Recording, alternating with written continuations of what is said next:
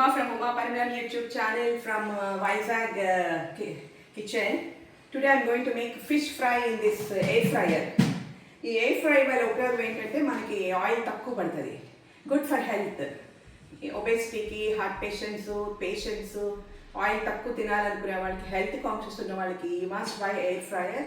And taste మనకి అంత పెద్ద తేడా ఏమీ రావటం లేదు. It's good actually.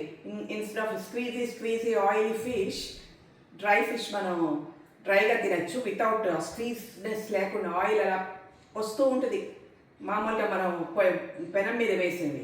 అలా కాకుండా మీరు ట్రై చేయండి. నాకైతే I like this better. Fish fry కోసం ఉప్పు, కారం, పసుపు, లైమ్ రాసి పెట్టిన ఫిష్ కోసం ఫిష్ ఫ్రై. ఇది చూడండి, ఒక 1.5 స్పూన్స్ ధనియా పౌడర్, 1.5 స్పూన్స్ జీలకర్ర పొడి, అండ్ 1.5 స్పూన్స్ అల్లం వెల్లుల్లి. ఇవన్నీ 1.5 వేయాలని లేదు, మీ టేస్ట్ బట్టి. ఎక్కువ మనం ఇవన్నీ పేస్ట్ రాసినా అది మాడిపోతుంది, పొడిగా పౌడర్ లాగా వస్తుంది. So lime is optional, pepper is optional, మీ ఇష్టం, వేస్తే వేయండి లైమ్ అండ్ పెప్పర్. ఇవి రుద్ది వాటికి కొద్దిగా 1 నిమిషం మ్యారినేట్ చేసుకోవాలి. ఇవి ఉప్పు, కారం, పసుపు, కొద్దిగా నిమ్మకాయ రాసి పెట్టిన ఫిష్ ఇది. దానికి ఇందాక నేను చెప్పిన ఈ పౌడర్స్ ఇవన్నీ కూడా కలుపుకోవాలి. ఇవి ఉప్పు, కారం, పసుపు మాత్రమే రాసి పెట్టాము. ఇప్పుడు ఇవన్నీ కలిపి వాటికి మిక్స్ చేస్తాను. ఇంకా వెరైటీ ఏంటంటే soybean sauce and little soybean sauce and curd కూడా కొంచెం రాస్తాను, మెత్తగా కావాలి ఫిష్ అంటే.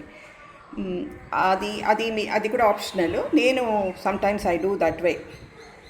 ఇది చూడండి, ఈ చేప ముక్కలకి ఉప్పు, కారం, పసుపు, నిమ్మకాయ, అల్లం వెల్లుల్లి, ధనియాల పొడి, జీలకర్ర పొడి రుద్ది, మిరియాల పొడి ఆప్షనల్. అది వాటిని కొంచెంసేపు అలా వదిలేసాను, ఒక 10 నిమిషాలు అంతే, బాగా పట్టే వరకు.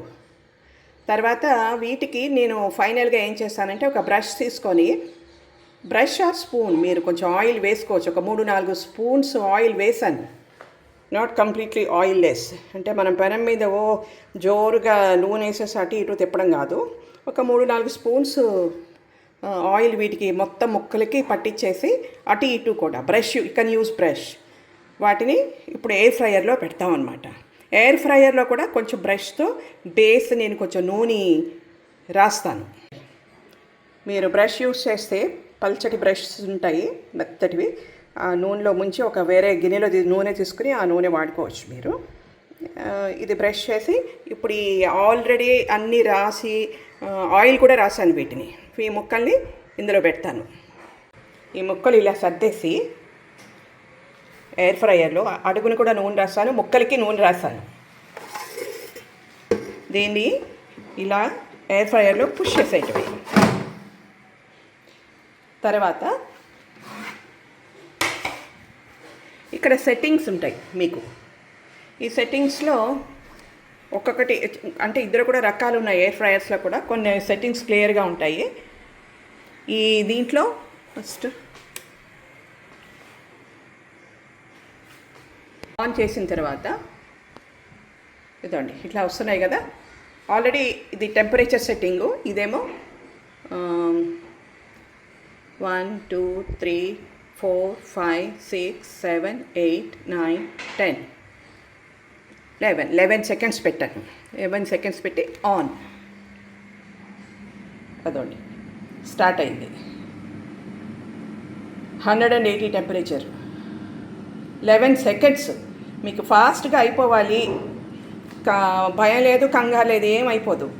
మనం దాన్ని వదిలిపెట్టేసి వెళ్ళిపోవచ్చు, వేరే పని చూసుకోవచ్చు. 11 సెకండ్స్ తర్వాత అది సిగ్నల్ ఇస్తుంది, అయిపోయింది. అది వచ్చి మనం అటెండ్ కావచ్చు. మనకి ఒకసారి మనం అటు ఇటు తిప్పుకోవచ్చు. 11 సెకండ్స్లో ఆల్మోస్ట్ అయిపోతుంది. ఇంకొకసారి వెనక్కి ఒకసారి మనం ఆ ముక్కలన్నీ తిప్పి ఒక 5 seconds 6 seconds we can manage. ఇదండి ఆఫ్టర్ బీప్ 11 సెకండ్స్ అయిపోయింది. ఫిష్ ఫ్రై ఇలా వచ్చింది.